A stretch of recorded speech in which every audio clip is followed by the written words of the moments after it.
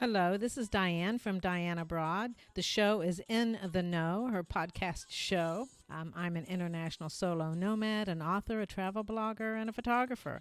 And I'm here to provide you writing tips, travel tips, and my views of life from savvy and thoughtful to quirky and humorous. The music that you hear, Jazz Infusion piece, was written for me by Rafael Javadov, an incredible Russian violinist. We thank him for that music, of course.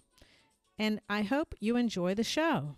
Hello and welcome to In the Know. We have a special guest today, Peggy Best. Peggy was born in New York. She graduated from high school in Germany and college in Louisiana. She married in Illinois and then moved back to Louisiana. She has 2 sons born in Texas, 1 daughter born in New Mexico, and 8 grandchildren. She has lived in several countries, states, and territories, including Germany, Puerto Rico, Egypt, Japan, Guam, and the U.S. What's interesting for us today is that Peggy Best is an award-winning author.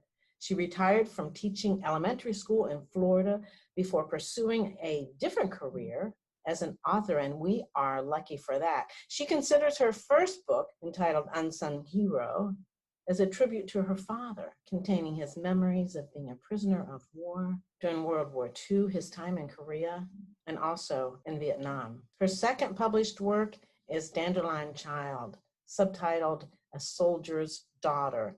It tells her story of life as a child of the military during the Cold War.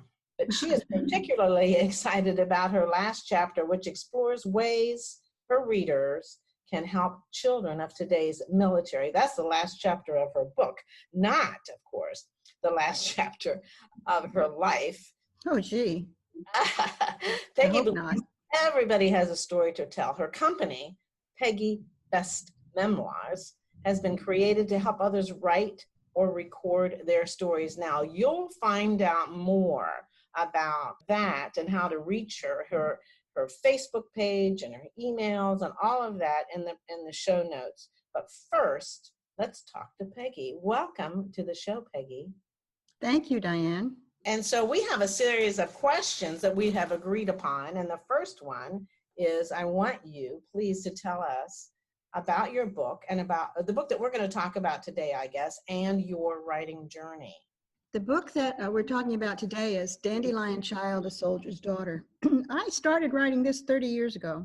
And 30 years ago, I was doing it through therapy with my psychologist because there were some problems that I had growing up military. I went through this and she said, just start writing it. So I started writing it. Well, this book that I published and absolutely won an award for is not the same as the one I started. But 30 years ago, it was important to write. I continued on and I toned it down to a wonderful book, and it is available now. Dandelion Child, well, we military children are dandelions. The dandelion is the flower of the military child. It was announced in 1986 by Secretary Casper, I think his name is, Casper Weinberger.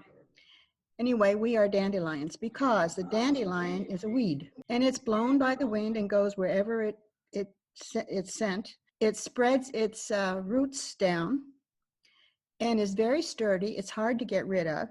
It spreads easily. It's strong, and that's what we are. And it's beautiful. I love dandelions. Yeah. I remember my kids used to bring, used to pull these dandelions and they'd come with those little hot, sweaty hands after running around the yard and give me a handful of dandelions. And we'd hold those dandelions underneath our chin and it made a beautiful yellow color. Yes. So they rooted and strong and blow in the wind. Yes. They're beautiful as well. Yes. So Army, or not just Army, military children are called dandelion children.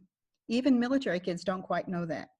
But we are not, you're not able to, I don't want to say contain us, but we're very strong and we are very, we can change easily. You can adapt because of all those experiences of moving. Yes, yes. And the problem for many of us is that we cannot make long-term friends because we move a lot. And my writing started by the fact that I had to keep contact of my friends. And so I wrote letters. And I wrote letters to my grandmother, and my grandmother always wrote back to me. And so I credit her with my love of writing. That is very sweet. And, I was thinking about what you were saying. I wasn't a military, what we say military brat. I hope that's Right. not. But my family moved every 4 years. I don't know why. Now, we didn't move very far away, but we moved into another neighborhood. And what happens, and I went to a different school. And as you know, what happens is you have to make friends again. And so when you know you might be moving again, you invest less, I think. Right.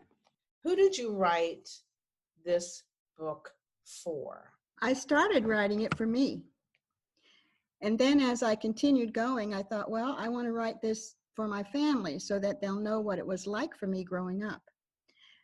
Then after I was writing it more, I was writing it for the military children of today. And we're at war. People don't understand that, don't realize it because we don't see it here.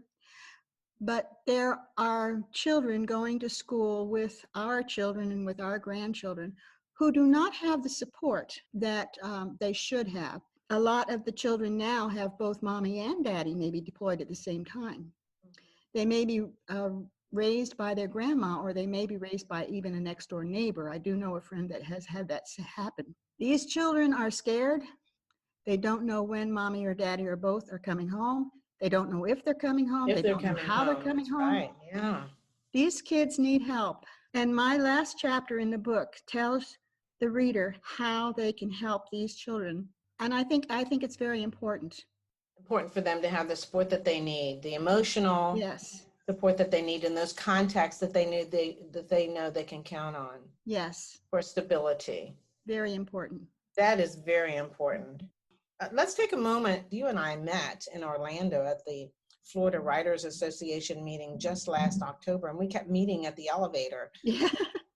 And so we kept running into one another at the elevator, and then I ran into you at other places, and then I find out you are an award-winning writer. So tell us, you have 2 awards for your books. Tell us about that. My first book, Unsung Hero, is a book about my father. And my daddy was a prisoner of war in the Second World War. And he went to Korea, and all he said was it was cold. And then he went to Vietnam, and I wrote word for word what happened where he was for the Tet Offensive. So that book is a memoir, his memoir, plus biography. I researched his life, plus tributes from my family. And I didn't think anything of it. It was my very first book, and I thought, well, no big deal. A friend of mine said, put it into the Florida Writers Association competition. So I did. My goodness, I won. I was shocked. Congratulations. Isn't that great when you don't even know how good you are, Miss Best? I was so shocked. So I won this wonderful award last year. So this year, I said, I can't be that good. Well, so you were wrong again, weren't you? Wrong again. I had Dandelion Child, and I went, I'll turn that into. And goodness gracious, I won. So here I am with 2 books under my belt, and both of them winners. Good for you. See, this is just the beginning. Yes. This is just the beginning. So what are you doing now? You're working on several ideas for more books? Oh, yes. The book that I kind of want to, well, I've already started, I've got 2 or 3 chapters written, is about Guam. I lived on Guam for 3 years, not with the military, as a civilian life, and I found it a paradise. And when I moved to Guam, people said to me, well, where's that? And so I thought, well, all right. I told them, well, what city is that? What state is that in? And I thought, people don't know this. Shocked me. We moved to Guam, and we met the most wonderful people, and the weather is so fantastic, and the area is great, and it's full of history. I'm a history buff. And so I thought, well, I'm going to write about that. So right now I'm writing a memoir travel book about That's Guam. a great idea. That is a great idea. I'm a member of the DAR, Daughters of American Revolution, and there is a contest. So I entered the contest. And I wrote an article about the Seneca Falls, New York, in 1840, 2008, I think it was, they had the first women's right meeting. And so I started writing about that. And then I thought, oh my goodness, this is very interesting. So I developed a character. And this is my step into creative nonfiction, where it could be fiction. I created a character, and I'm carrying her through entire trials that we had to get the women to vote. Of course, she's going to be too old. Well, She's you going have to to die before we can recreate her. vote. But Yeah. but I'm trying to get that historical fiction worked out. Yeah, good. Before we go to a little break, I wanted to share with the audience that Peggy and I had a little prep conversation, prep, obviously, preparing for this recording today. And she said to me, oh, I just can't write fiction. I just am not creative. Well, obviously, once again, it seems to me, clearly she does have an opportunity for creativity. She's probably going to win another award. Man, I can learn from you, Peggy. I can learn from you to give yourself a little more credit. I'm eager to hear more about your plans for this book.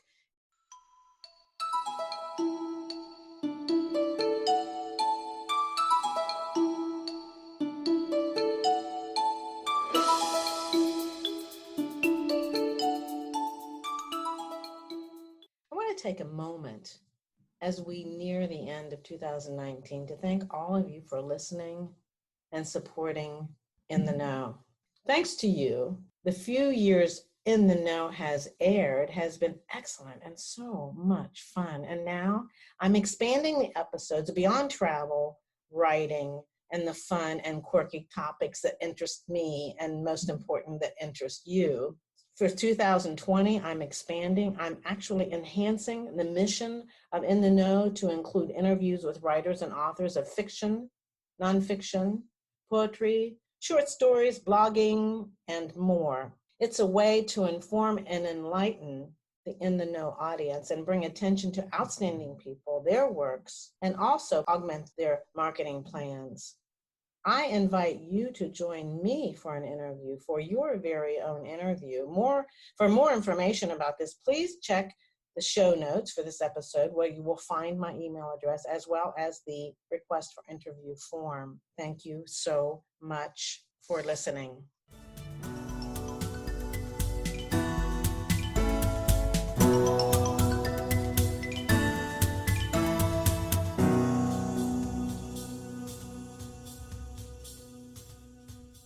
Now, Peggy, talked about your ideas for your books, and you also say that you believe that everyone has a story to tell. You have a company that will help them do that. And so tell us more about that. The company I have is really starting at the beginning, and I would like to help people as a writing coach. I will not write their story for them. I am not a publisher, but I would like to help people to get their stories written or recorded in some way. It's very important because when we die, so does our story. And wouldn't it be nice, wouldn't it be absolutely wonderful if you had in your house a diary from your great-great-grandma that said what it was like? I think it would be fantastic. I think it would be too. It's a legacy. It's a historical. It is. Yeah, it's very important. Yes, and think about your great-grandchild, your great-great-grandchild. Imagine what things are going to be like then. And they're thinking, well, how on earth could you live without so-and-so? My children say to me, how could you live without a computer? Grandma, what is a typewriter? These are things that they don't understand, but we do, and we take them for granted. Yeah, I love that idea. Let me digress on that. When I was the president of a college in Minneapolis, one of the foundation board members, his name was Wheelock Whitney. He's deceased by now. He wrote a letter to every grandchild when that grandchild was 1 year old. And so I don't know how many grandchildren he had, but there was a big book. And he ended up taking those letters to that grandchild at 1 year old and putting it, the handwritten, took pictures of it, put it in a book. And there he had letters to my grandchildren. Right. it was just so moving. Yes. And you know, what you're talking about is even beyond that. I just Mhm. think it's a great idea. And we'll find out, you know, as I mentioned at the beginning of this interview, we can access that Facebook page that explains your company and access you as a writer coach, as well as some other things. We have your photos on there and your Mhm. bio and your link to your Facebook page. We have covers of your books. We will have also where you can purchase your books. And so I appreciate all that information. Now, before we close, I just want to know if you have any last comments that you would like to make. Well, that's interesting. It's like a Last Supper. No, I don't have not. No, I was just wanting to make sure that we covered everything that that you Right. wanted to cover in this interview. I think that these books, even though people think I'm writing only for the military, I'm not. I'm writing for everybody. And I think that each one of us has to have our own ideas, and we have to make sure that they are available to other people. That's most important. That's what I want to do with my company, is try to get people to agree to writing even just a little tiny bit, just maybe a letter or a paragraph or just a little something. You don't have to write a book. And you know, I Leave think something. yeah, and you know, as we began this interview, I asked you how, you know, tell us about your journey, and you said you began writing when you were 30 years ago. You began writing the book in a way 30 years ago when you were in counseling. Mm-hmm. It was through the writing process that Right. you were healing, right? Correct. Yes. Yeah, Yes. so writing Mhm. is not only a good way to leave a legacy, but it's also a way in which to get in touch with your thoughts and your feelings about Yes. what's going on. Absolutely. So Absolutely. it's so, I think it's very important and it's so rewarding. Now, it can be difficult. It can be difficult, but the outcome is fantastic. Right. Thank you so much. I'm glad that we were able to, quote, see one another today in this interview. Thank you so much. I look forward to seeing you again, and I look forward to hearing more about Guam and your historical fiction book or whatever that genre ends up becoming. Right. So thank you so much, Peggy. Thank you, Diann. Now, for those of you who want to support the In the Know show, first of all, I want to thank you for listening. And if you would like to support In the Know, you can do that by subscribing and sharing with your family and friends. And you can like this episode, leave a comment, and add a rating. And be sure to buy Peggy's books. Your support is very important to us and to the success of this show. Thank you so much for listening, and I'll see you next time on In the Know. So long.